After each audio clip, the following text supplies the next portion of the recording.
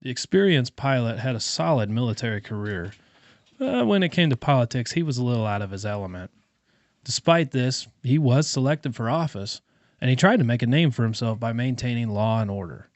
Some question how he managed to occupy that office, but sometimes it just pays to know the right people. The old pilot didn't mind continuing to serve his country. In fact, he had pulled strings to make it into office, but the people the people made things difficult. At least that's what he said. Of course, the people said the same thing about him. He had promised to improve infrastructure, and he delivered. He had promised law and order, and while the people may not have approved of his methods, he had delivered on that as well. These things cost money, though, and that meant taxes.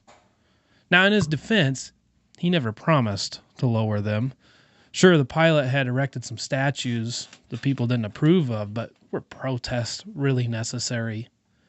Eventually, he gave in and had them removed before the people decided to just tear them down themselves. The people were always the problem. In fact, if it wasn't for the people, the old pilot would enjoy the office very much. On multiple occasions, he had to crack down on protesters harshly to keep the impending riot from exploding. And now here he was again on the brink of a riot. It was a holiday weekend, so the city was very busy. It was full of extra people. And if a riot broke out now, the whole city might burn. Normally, the people got worked up over a death that they felt was unjustified. But not this day. No, this day they were calling out for justice to be done to a man. They came to the pilot with a man and wanted him to just make up a charge and prosecute him and punish him for it. What was he to do? A fellow pilot suggested to just release the man, but the more experienced pilot knew that this could be the fuse that would not only light the city on fire, but end his political career. This just didn't seem like justice to him, but this is what the people wanted.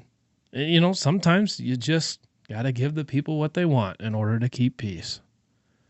So with that, as he declared himself innocent of the man's fate, Pontius Pilate washed his hands of the blood of Jesus and gave us a saying that we still use to this day. Or so I've been told.